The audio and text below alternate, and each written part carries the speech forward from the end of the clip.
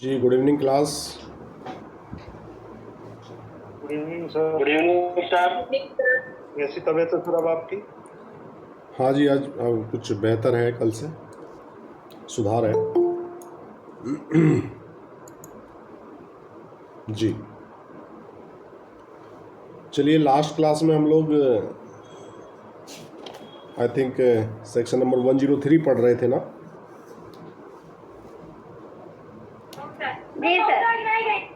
जी 103 हम देख रहे थे, और 103 हमें ये बता रहा था कि संपत्ति की रक्षा के लिए हमें जो प्राइवेट प्रतिरक्षा का अधिकार मिला हुआ है, को किन परिस्थितियों में हम मृत्यु तक कारित कर सकते हैं, तो ये 103 बता रहा है। सामान्यतः इसमें 4 आधार हैं, लेकिन यूपी का संशोधन है एक। यूपी में 5 परिस्थितियां बताई हुई हैं कि 5 परिस्थितियों में संपत्ति के लिए प्राइवेट प्रतिरक्षा के अधिकार का प्रयोग करते हुए हम हमलावर जो है उसकी मृत्यु तक कारित कर सकते हैं। तो अगर हमारे यहाँ यूपी के एग्ज़ाम में पूछा जाए कि 103 के कितने आधार हैं, 103 में कितनी कंडीशन है, कितनी परिस्थितियाँ हैं, कितने खंड हैं जिनके आधार पर हम मृत्यु तक कारित कर सकते हैं, तो हम बताएंगे 5। ठीक है ना, चूँकि हमारा यूपी स्टेट का अपना संशोधन है, और यदि हम किसी अदर स्टेट का एग्ज़ाम दे रहे हैं तो हमें वहाँ बताना पड़ेगा 4, यदि और जब तक वहाँ अपने स्टेट का कोई संशोधन ना हो। ठीक है ना, ये ध्यान रखना बस। सेक्शन 100 में कितने आधार थे भाई कल्पना? सेक्शन 100 में कितने खंड हैं? 7 हैं, ध्यान रखिएगा। पहले 6 थे 2013 के बाद, अब 7 खंड हैं। ठीक है। नंबर 1 खंड क्या है? एक वाला सर। हाँ, सेक्शन 100 का नंबर 1 खंड क्या है दानिश? सेक्शन 100 का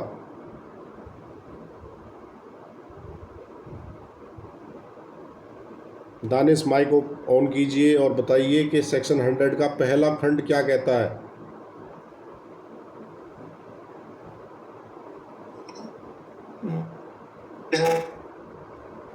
हाँ बोलिए। तो इसका पहला कहता है, ऐसा हमला जिसे युक्तियुक्त रूप से यह आशंका कारित हो कि अन्यथा ऐसे हमले का परिणाम मृत्यु होगा। अच्छा, डायरेक्ट पढ़ के बता रहे हो? जी जनाब। जी सर। भाई मैं बिना डायरेक्ट के पूछ रहा हूँ, रिकॉल करके बताइए सब। मैं ये जानना चाहता हूँ कि आपको 100 के जो 7 खंड हैं वो सातों आपको याद हुए कि नहीं हुए। फिरोज खान, दूसरा क्या कहता है? 100 का जो सेकंड पार्ट है वो क्या कहता है? सर मेरी आवाज खराब हो रही है सर। अच्छा, कोई बात नहीं। कल्पना आप बताइए, सेकंड पार्ट क्या कहता है?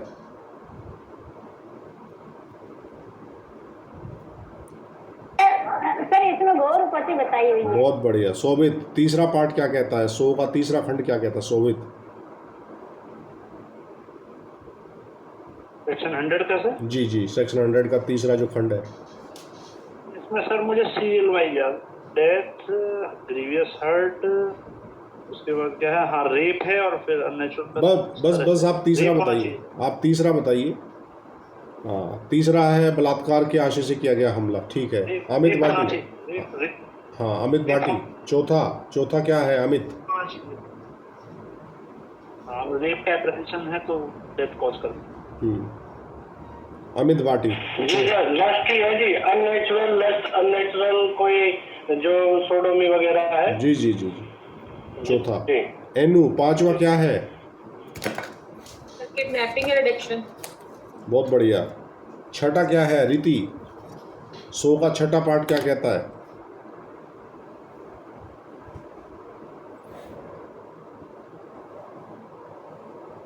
जी रीति बताएं, छठा पार्ट क्या कहता है 100 का? सर रॉन्गफुल कन्फाइनमेंट का ऐसा ये। बहुत बढ़िया। रॉन्गफुल कन्फाइनमेंट ऐसी अवस्था में जबकि आपको लोक प्राधिकारियों से सहायता प्राप्त करने का कोई भी अवसर प्राप्त ना हो, ऐसी अवस्था में आप मृत्यु तक कारित कर सकते हैं। दानिश, सातवां क्या है? तो सर एसिड अटैक है सर। बहुत बढ़िया। तो ये सातों आप ऐसे ही रिकॉल करते रहो तो आपको बिल्कुल ये सीरियल वाइज याद हो जाएंगे जी।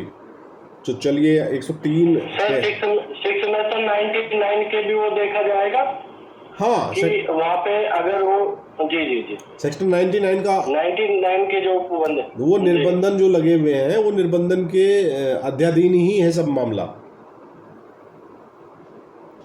अगर सेक्शन 99 वाली कंडीशन है, आपको अवसर है लोक प्राधिकारियों की सेवा प्राप्त करने का, तो आपको फिर 100 का लाभ नहीं मिलेगा। ठीक है। इसी प्रकार 103 भी यही कह रहा है कि संपत्ति की प्राइवेट प्रतिरक्षा के अधिकार का विस्तार धारा 99 में वर्णित निर्बंधनों के अधीन दोषकर्ता की मृत्यु या अन्य अपहानि स्वेच्छा कारित करने तक का है, यदि वह अपराध जिसके किए जाने के या किए जाने के प्रयत्न के कारण उस अधिकार के प्रयोग का अवसर आता है, एतस्मिन् पश्चात प्रगणित भांतियों में से किसी भी भांति का है। अर्थात पहला लूट, दूसरा रात्रों गृह भेदन, तीसरा अग्नि रिष्टि। और रिष्टि किस जगह की रिष्टि होनी चाहिए? जो किसी ऐसे निर्माण, तंबू या जलयान की गई है जो मानव आवास के रूप में या संपत्ति की अभिरक्षा के स्थान के रूप में उपयोग में लाया जाता है। ठीक है। मान लीजिए किसी के घर, मकान, दुकान में कोई आग लगाए, तो आग लगाने की अवस्था में जो हमलावर आग लगाने वाला है 103 अनुमत करता है कि वैसे व्यक्ति की आप मृत्यु तक कारित कर सकते हैं।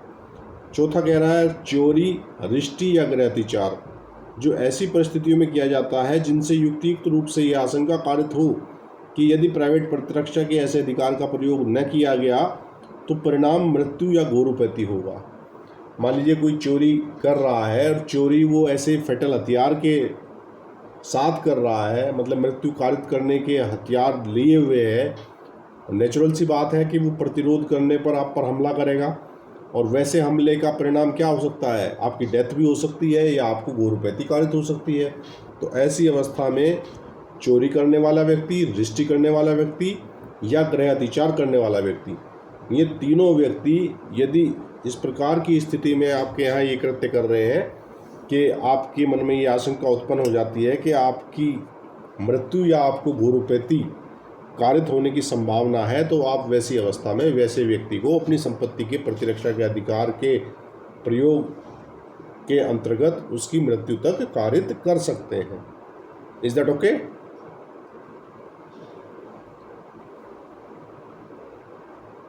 जी, क्लियर? Yes sir. जी। अब यूपी का संशोधन है। यूपी के संशोधन में 5वां खंड जोड़ा गया है।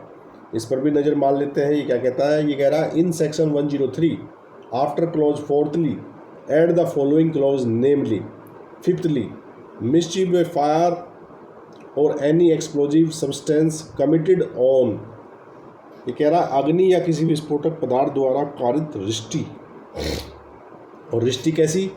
किस चीज़ पे रिष्टि? Any property used or intended to be used for the purpose of government or any local authority or other corporation owned or controlled by government or any railway as defined in clause 4 of section 3 of the Indian Railway Act 1890 or railways stores as defined in Railway Stores Unlawful Possession Act number 1955 or any transport vehicle as defined in clause number 33 of section 2 of the Motor Vehicles Act 1939 amended by UP Act 29 of 1970 section 2।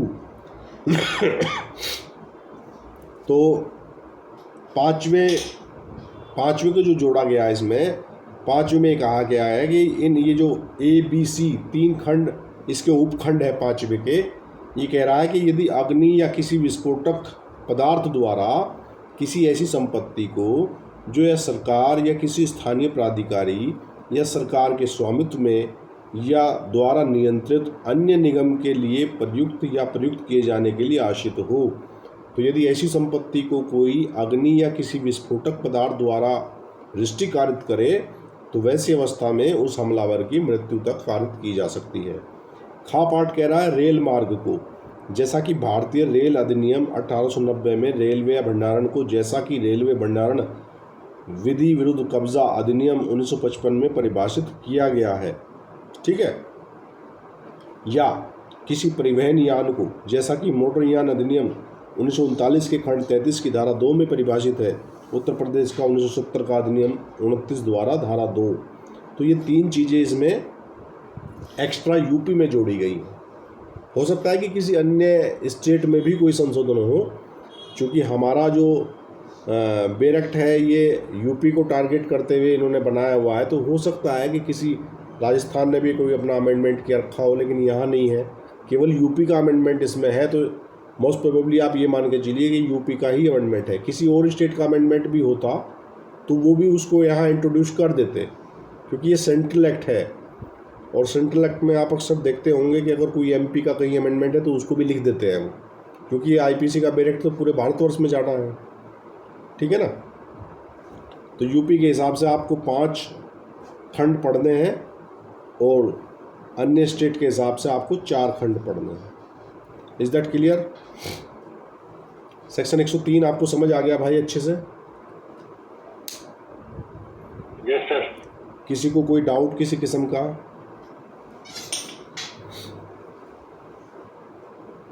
Sir एक बार क्या बताना sir? गा वाला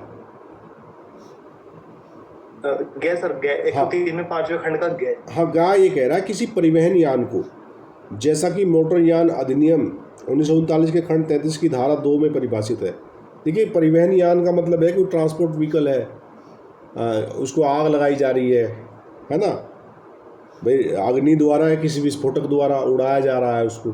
तो वैसी अवस्था में वैसे व्यक्ति को जो किसी परिवहन यान को जलाएगा, आग लगाएगा या किसी विस्फोटक द्वारा उसको नष्ट करेगा, तो वैसी अवस्था में वैसे व्यक्ति की 103 के अंतर्गत मृत्यु तक कारित की जा सकती है। क्या समझे? अब देखिए, अग्नि द्वारा दृष्टि जो है 103 के 3रे खंड में लिखी गई है नॉर्मली, लेकिन वहाँ क्या बताया है कि अग्नि द्वारा दृष्टि जो किसी ऐसे निर्माण तंबू या जलयान की गई हो। तो यहाँ निर्माण तंबू या जलयान तो कवर हो गया था, लेकिन कोई व्हीकल वहाँ कवर नहीं हो रहा था। और नेचुरली व्हीकल में भी क्या हो सकता है, व्हीकल में भी तो लोग चलते हैं यार, है ना। मान लीजिए बस भरी हुई जा रही है और बस में कोई आग लगाने लगे, तो 103 का जो 3रा खंड है वो उसको वहाँ कवर नहीं कर पा रहा था, मृत्यु तक कारित करने का उसको वहाँ कोई किसी को राइट प्राप्त नहीं था। तो इन्होंने ये 5वें में 3रा खंड इसलिए जोड़ा। आपने देखा होगा तो ऐसा हुआ ना फिर राइट्स वगैरह के दौरान जो जैसे आग लगा देते हैं वाहनों। बिल्कुल बिल्कुल, जैसे कि गोधरा कांड में हुआ था, रेल की बोगी में आग लगा दी थी, है ना। या किसी अन्य राइट्स में भी हो सकता है। देखिए, जो दंगाई भीड़ होती है उसका कुछ भरोसा नहीं होता कि वो क्या कर गुजरे, है ना। तो वैसी अवस्था में यहाँ इसके साथ जहाँ पे प्रोविजन नहीं है ना, तो वहाँ पर एक्सप्लोजिव जो एक्ट है ना 103 के 3रे के साथ में, वहाँ रीड विद एक्सप्लोजिव एक्ट जैसे कि विस्फोटक अधिनियम के तहत वो कर ली जाती है कार्रवाई। 4/21 है, क्या है वो 5/21 कुछ करके है, ठीक है नहीं? जी जी जी। अमित, आपकी आवाज़ क्लियर नहीं आती, आपकी तरफ से या तो कुछ माइक में प्रॉब्लम है या कुछ प्रॉब्लम आपके जो है नेटवर्क में कुछ इशू है। आपकी जो आवाज़ होती है वो इको होती है, कुछ बीच में कट कट के आती है जी। ठीक है भाई, आगे बढ़े। 104 कह रहा है when such right extend to causing any harm other than death. 104 कह रहा है if the offence the committing of which और the attempting to commit which occasions the exercise of the right of private defense be theft, mischief or criminal trespass, not of any of the descriptions enumerated in the last preceding section, that right does not extend to the voluntary causing of death but does extend subject to the restrictions mentioned in section 99 to the voluntary causing to the wrongdoer of any harm other than death। तो 104 कह रहा है कि 99 के निबंधनों के तहत रहते हुए जो 103 में व्यवस्थाएं दी गई है, यदि ऐसी अवस्थाएं नहीं हैं उससे इतर आपको कोई संपत्ति को नुकसान पहुंचा रहा है, तो आप उसको मृत्यु के अलावा कोई अन्य आपहानि तक का राइट है, यहाँ मृत्यु आप कारित नहीं करेंगे। जैसे मान लीजिए चोरी का मामला इसमें हमने पढ़ा 103 का, मान लीजिए चौथा पार्ट हम देखें, या इसमें कह रहा है चोरी रिष्टि या गृहत्याचार, तो ये चौथे पार्ट में ये बताया कि ये अपराध करने के लिए वो डेडली वेपन्स के साथ है। तो ये अपराध करने के लिए कोई बंदा विदाउट डेडली वेपन्स भी तो आ सकता है ना। कोई चोर आ रहा है बेचारा मान लो उसकी मजबूरी होगी कुछ चोरी करने की, तो वो उसके पास कोई हथियार नहीं है, कुछ नहीं है, आपकी कोई जान को खतरा नहीं है, तो वैसी अवस्था में उस चोर की आप मृत्यु कारित नहीं करेंगे, क्योंकि उससे आपको अपनी तत्काल मृत्यु या घोर उपैती का कोई खतरा नहीं है। केवल वो आपका मान लीजिए कहीं घर के अंदर से कुछ ऐसी चीज़ उठा रहा है, कोई मान लीजिए गैस सिलेंडर रखा है, कोई साइकिल रखी है, तो वैसी अवस्था में आप उसको कोई अन्य अपहानि तो पहुंचा सकते हैं, लेकिन मृत्यु कारित नहीं करेंगे। Is that clear? Clear sir. जैसे कि अभी हमारी काम वाली है बेचारी, एक उसका रात सिलेंडर चोरी कर लिया और बेचारी गरीब विडो महिला है, और वो बेचारी रात ही उसका फ़ोन आया, रो रही थी बहुत ज़्यादा। सुबह ही उसकी एप्लीकेशन वगैरह चौकी में दिलवाई। अब चौकी में तो तुम्हें पता ही है पुलिस वालों का अंदाज क्या होता है। हाँ वकील साहब दिखवा लेता हूँ मैं, कोई चर्सी वर्सी ले गया होगा, इसमें क्या ले गया होगा उठा के, है ना। अब सिलेंडर एक ऐसी चीज़ है कि उसका कहीं नंबर भी नोट नहीं है। सिलेंडर लाल लाल रंग के सिलेंडर होते हैं सब, तो बड़ा मुश्किल हो जाता है। तो जिसके पोजीशन में उसी का है सर। हाँ बिल्कुल, तो बड़ी दुविधा हो जाती है। अब वो गरीब महिला है, विडो वैसे है, 3-4 बच्चे हैं छोटे छोटे, खुद वो मेहनत मजदूरी कर रही है, 1-2 स्कूल में साफ़ सफाई करती है, कुछ घरों की साफ़ सफाई करती है, कभी ओकेजनली वीकेंड पे छुट्टी वुट्टी में हम उसे बुला लेते हैं, कुछ साफ़ सफाई करानी होती है, तो बड़ी दिक्कत में आ जाता है मामला। मैंने कहा भाई देख ले, एक आध दिन देख ले, कहीं मिलता हो ठीक है, नहीं तो ये सिलेंडर दिला देंगे बस, इससे ज़्यादा और क्या हो सके भाई हमारे बस की। तो एप्लीकेशन तेरी दिलवा दी, बाकी जो भी एक सिलेंडर का जो खर्च होगा वो अपना, तो भी एक सिलेंडर दिलवा देंगे। अब वो समस्या ये है कि वो इतनी उसकी परिस्थिति ख़राब है कि पति पी के शहीद हो गया, 4-5 बच्चे पैदा कर गया, और मोमडन है उसकी जो सास, जिसके ससुर हैं, देवर जेठ हैं, वो चाहते हैं कि यहाँ से घर से निकल जाए।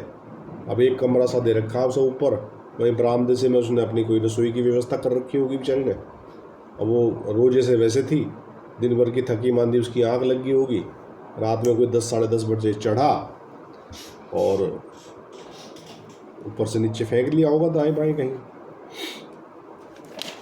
ठीक है जी। अब सेक्शन 105 देखते हैं भाई। ये कह रहा है कि commencement and continuance of the right of private defence of property. ये कह रहा है कि कब शुरू होगा और कब तक बना रहेगा। ये कह रहा है the right of private defence of property commences when a reasonable apprehension of danger to the property commences। ये कह रहा है कि संपत्ति की प्राइवेट प्रतिरक्षा अधिकार जब प्रारंभ होता है जब संपत्ति के संकट की युक्त आशंका प्रारंभ होती है। देखिए ये रीजनेबल जो आपके मन में एप्रीहेंशन है ये बहुत मायने रखती है। यहाँ ये जो हम लोग पढ़ रहे हैं खंड, प्राइवेट प्रतिरक्षा का जो खंड है, ये सारा रीजनेबल एप्रीहेंशन पे ही डिपेंड है। इसकी जो नींव है वो रीजनेबल एप्रीहेंशन ही है। ठीक है। ये कह रहा था right of private defence of property against theft continues till the offender has effected the retreat with the property of either the assistance of the public authorities is obtained or the property has been recovered। ये कह रहा है कि संपत्ति की private प्रतिरक्षा का अधिकार चोरी के विरुद्ध अपराधी के संपत्ति सहित पहुंच से बाहर हो जाने तक अथवा या जो लोक प्राधिकारियों की सहायता अभिप्राप्त कर लेने या संपत्ति प्रत्युद्धुत हो जाने तक बना रहता है। क्या समझे? या तो जो अपराधी है वो संपत्ति सहित आपकी पहुंच से बाहर हो गया, तो जब वो संपत्ति सहित पहुंच से बाहर ही हो गया तो फिर आप प्राइवेट डिफेंस का इस्तेमाल किस पे करेंगे? तो आपका समाप्त हो गया। या फिर आपने लोक प्राधिकारियों की सहायता प्राप्त कर ली या संपत्ति आपकी रिकवर हो गई। ये 3 कंडीशन है। क्या समझे? अक्सर एक समस्या पूछी जाती है, अक्सर एक समस्या पूछी जाती है कि एक चोर एक की साइकिल चुरा के भाग रहा और जिसकी साइकिल थी उसने उस पर जो है एक हमला किया, फेंक के लाठी वाठी कुछ मारी, तो वो गिर गया और साइकिल छोड़ के भाग गया। तो क्या अब भी उसके विरुद्ध आपको राइट है?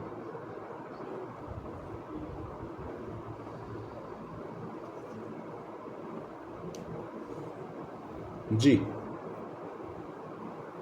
नहीं सर, क्योंकि आपकी जो संपत्ति है वो रिकवर हो गई। भाई साइकिल अब आपके कब्जे में आ गई ना, वो तो गिरा और गिर के उसे होश हवास नहीं रहा कि दोबारा उठ के साइकिल पे सवार हो सकता। उसने साइकिल वहीं छोड़ी और वो 11 नंबर की गाड़ी से ही 9-2-11 हो गया, मतलब भाग रहा है, आपको दिख रहा है भागता हुआ। तो अब आप उसके ऊपर जो है प्राइवेट प्रतिरक्षा का, जो आपका संपत्ति के प्राइवेट प्रतिरक्षा का जो अधिकार है, उसके तहत आप उस पर अब कोई व्यक्तिगत कार्रवाई नहीं कर सकते, क्योंकि आपकी प्रॉपर्टी पे जो खतरा बना हुआ था, एप्रीहेंशन जो बनी हुई थी, वो समाप्त हो चुका है। Is that okay? चलिए अगला हिस्सा देखते हैं 105 का। ये कह रहा है the right to private defence, the right to private defence of property against robbery continues as long as the offender causes or attempts to cause to any person death or hurt or wrongful restraint, or as long as the fear of instant death or of instant hurt or of instant personal restraint continues। संपत्ति की private प्रतिरक्षा का अधिकार लूट के विरुद्ध तब तक बना रहता है जब तक कि अपराधी किसी व्यक्ति की मृत्यु या उपैती या सदोष अवरोध कारित करता रहता या कारित करने का प्रयत्न करता रहता है, अथवा जब तक तत्काल मृत्यु का या तत्काल उपैती का या तत्काल व्यक्तिक अवरोध का भय बना रहता है। देखिए जो चोरी और लूट में डिफरेंस है वो सारा का सारा आपको इंस्टेंट आपको खतरे से ही रिलेटेड है। चोरी कब लूट बन जाती है? कल्पना,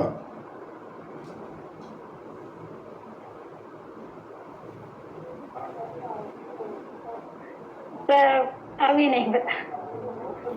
अच्छा दानिश आप बताइए, चोरी कब लूट बन जाती है?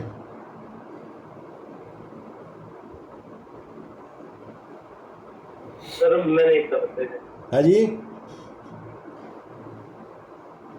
सर मैं इसे बता नहीं पाऊंगा। कोई बात नहीं। एनू आप बताइए, एनू बताएगी। सर चोरी जो है रोबरी तब होती है जब उसमें सडनली या तो ग्रेवियस हर्ट हो जाए या फिर डेथ, हमारे मतलब मृत्यु की आशंका हो जाए, हाँ। या फिर हमें कोई तत्काल भय दिखाया जाए, उस वक्त हाँ। जो है चोरी लूट में चेंज हो जाती है। इंस्टेंट फियर के साथ जब डेथ का, उपैती का या रेस्ट्रेंट का, रोंगफुल रेस्ट्रेंट करके भी तो लूट हो जाती है ना। आपने एक समस्या अक्सर आपने पढ़ी होगी, एग्ज़ाम में भी आती है वो, कि एक व्यक्ति ने ज़बरदस्ती उसको पकड़ लिया पीछे से और दूसरे व्यक्ति ने या उसी व्यक्ति ने उसकी थैली निकाल ली उसके जेब से, तो ये कौन सा अपराध हुआ? तो वहाँ रोंगफुल रेस्ट्रेंट के साथ चोरी लूट में कन्वर्ट हो गई। क्यों शोभित?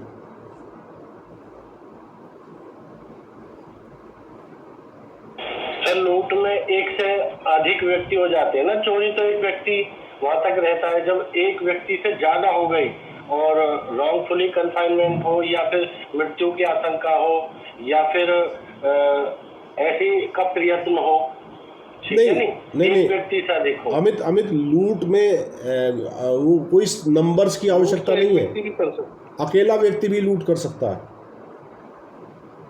वो नंबर्स ऑफ मेंबर जो है वो लूट को डकैती में कन्वर्ट करने के लिए 5 या 5 से अधिक व्यक्ति होना जरूरी है, लेकिन लूट में ऐसी कोई शर्त नहीं है। एक अकेला व्यक्ति भी आपको पिस्टल दिखाए और पिस्टल दिखा के बोल के भैया अपनी मोबाइल घड़ी चेन सब उतार दे, नहीं तो गोली मार दूंगा, तो आप चुपचाप जो है चढ़ावा चढ़ा के निकलना चाहोगे कि भाई जान बची तो लाखों पाए यार, घर को बुद्धू लौट के आए, कि भाई अगर जान है तो आदमी पता नहीं कितनी चेन घड़ी कमा लेगा जीवन में। तो इसमें आप ये कंसेप्शन अगर आपके मन में कुछ है कि एक से अधिक व्यक्ति लूट में होने चाहिए तो इसको क्लियर कर लीजिए, लूट अकेला व्यक्ति भी कर सकता है। ओके। हाँ, डकैती का जहाँ मामला है वो लूट का ही एग्रेसिव फॉर्म है। लूट में जब व्यक्ति 5 या 5 से अधिक हो जाए तब लूट डकैती में कन्वर्ट हो जाती है। वहाँ संख्या है, उस संख्या को आप ध्यान रखिएगा। 5 से कम लोग हैं तो लूट है, और जैसे ही 5 या 5 से अधिक व्यक्ति हुए तो वो लूट डकैती में कन्वर्ट, वहाँ नंबर वाला मामला है। ये नंबर वाला चोरी और लूट में कोई मेंबर्स की कमती बढ़ती की आवश्यकता नहीं है। ठीक है भाई।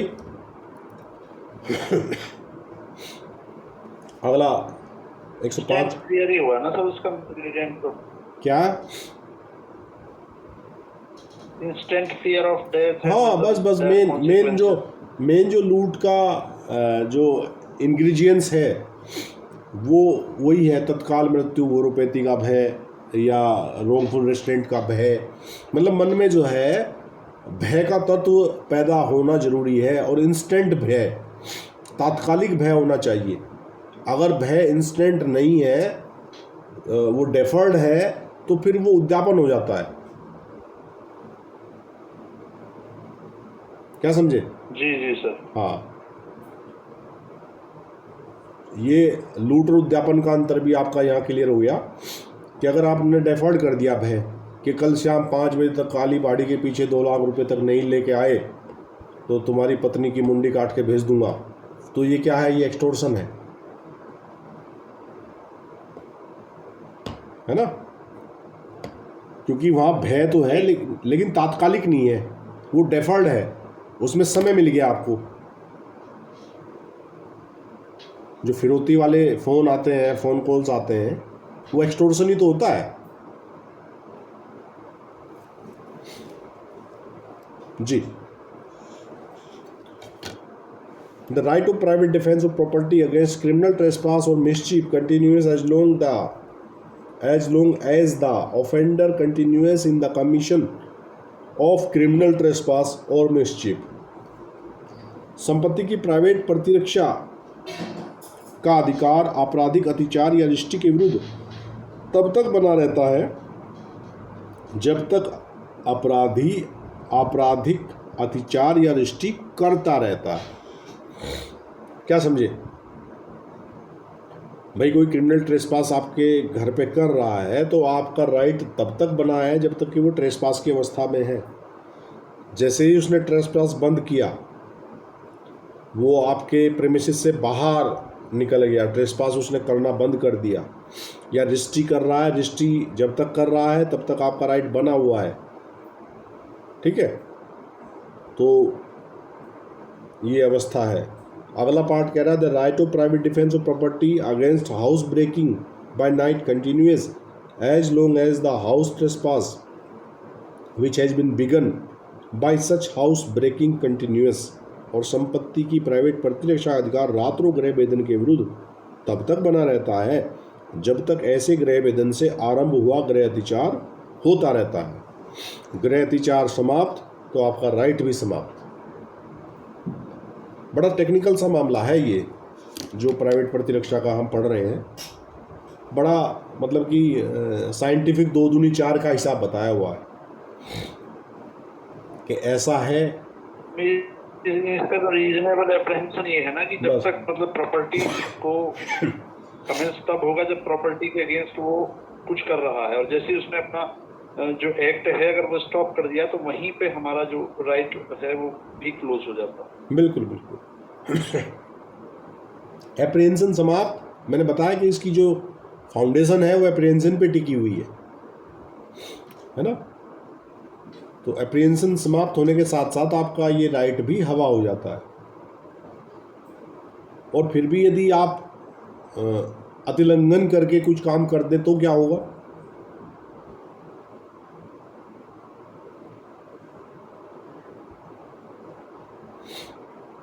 जी, मान लीजिए प्राइवेट प्रतिरक्षा का आपने अपनी शरीर या अपनी संपत्ति के प्राइवेट प्रतिरक्षा का अधिकार का आपने अतिलंघन करते हुए किसी की मृत्यु कारित कर दी, सपोज कीजिए। तब क्या होगा? आईपीसी 302 में उसी में कन्वर्ट होगा। 302 में सर 302 का ये अपराध होगा। हाँ, लेकिन 302 का एक जो 5 अपवाद हैं उन 5 अपवाद में से सेकंड अपवाद भी पढ़ो आप, खोलो उसे। 300 का जो सेकंड अपवाद है उसे पढ़ो जरा, वो क्या कह रहा है।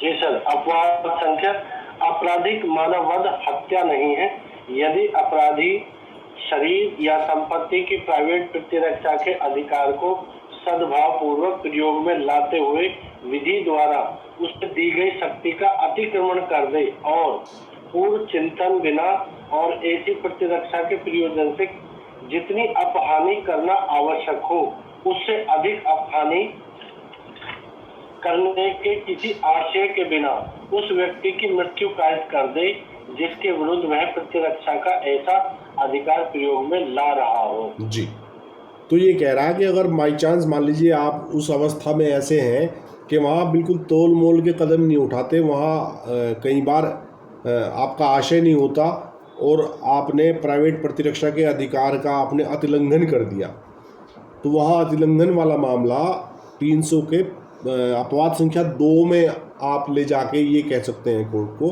कि सर वास्तव में ये वध तो मेरे द्वारा हुआ है, लेकिन इसमें नरम निगाह मेरे पे ये रखी जाए कि मैं अपने प्राइवेट प्रतिरक्षा के अधिकार का सद्भाविक प्रयोग कर रहा था, उस सद्भाविक प्रयोग के दौरान मुझसे ये कृत्य हुआ है। तो वहाँ आपका जो हत्या का मामला है, हत्या में न जाके आपराधिक मानव वध में आपको ट्रीट किया जा सकता है।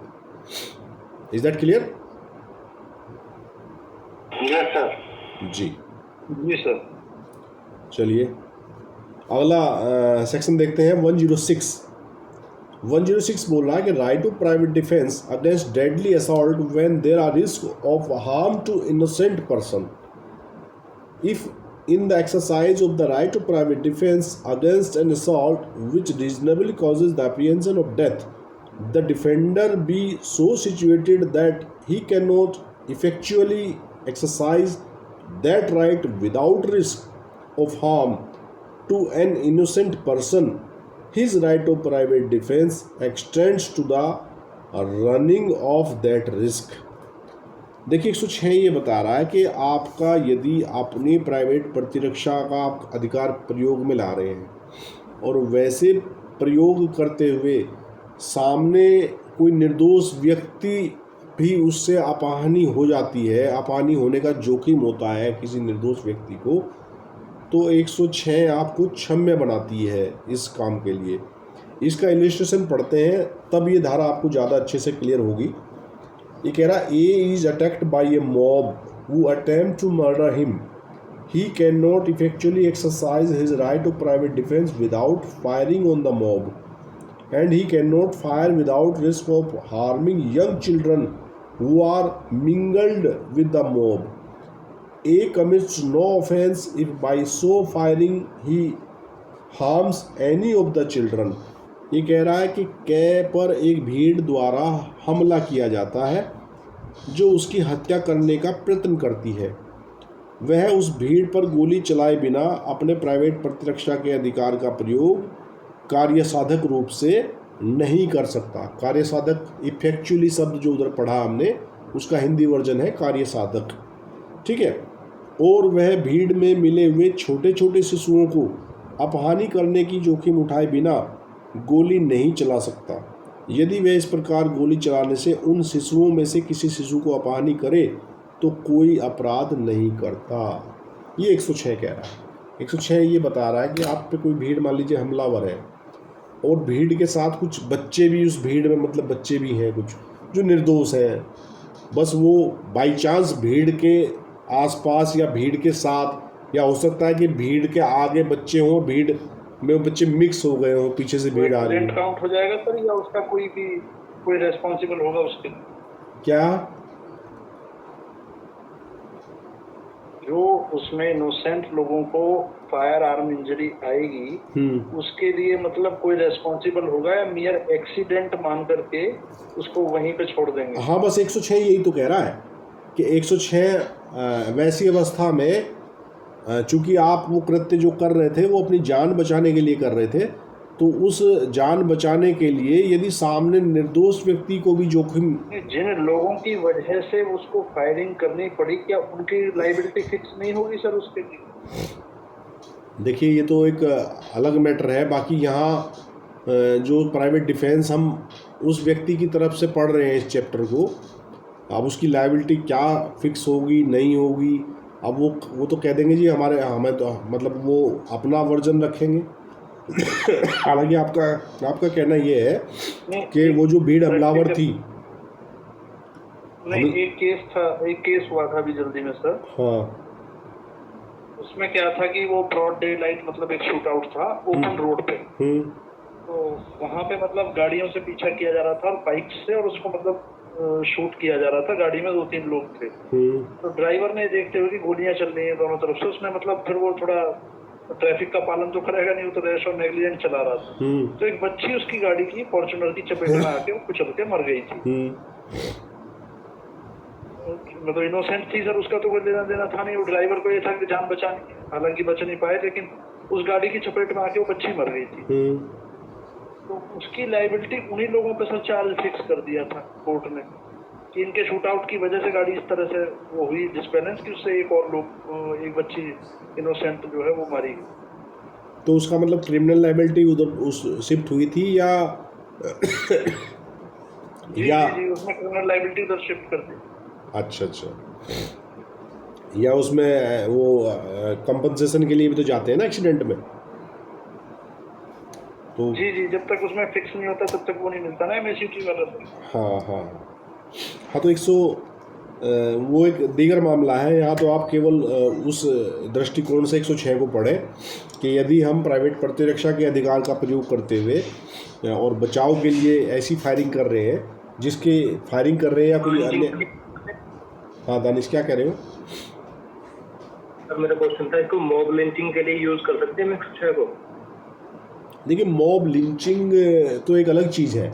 मॉब लिंचिंग तो ये होती है कि भीड़ ने किसी बंदे को पकड़ा और उसे मार दिया, है ना। ये मॉब लिंचिंग वाला मामला, अब मॉब लिंचिंग में जिस पे हमला मॉब के द्वारा किया जा रहा है वो अपने प्राइवेट प्रतिरक्षा के अधिकार का प्रयोग करते हुए कोई कृत्य कर रहा है, और वैसे कृत्य में कोई उस भीड़ में बाई चांस कोई 5-7 साल का बालक, मान लीजिए 7 साल से कम आयु का कोई बालक उस प्राइवेट प्रतिरक्षा के अधिकार का प्रयोग करते हुए उसके द्वारा मारा जाए या उसको अपहानि हो जाए, तो ऐसी अवस्था में 106 का लाभ उस व्यक्ति को दिया जाएगा जिस पर मॉब लिंचिंग की जा रही थी। ठीक है।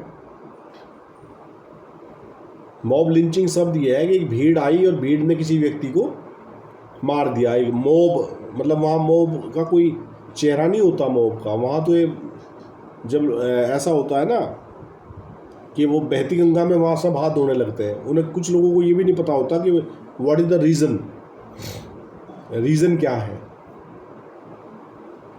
ठीक है। तो ये आपका अध्याय 4 आपका यहाँ आईपीसी का समाप्त होता है।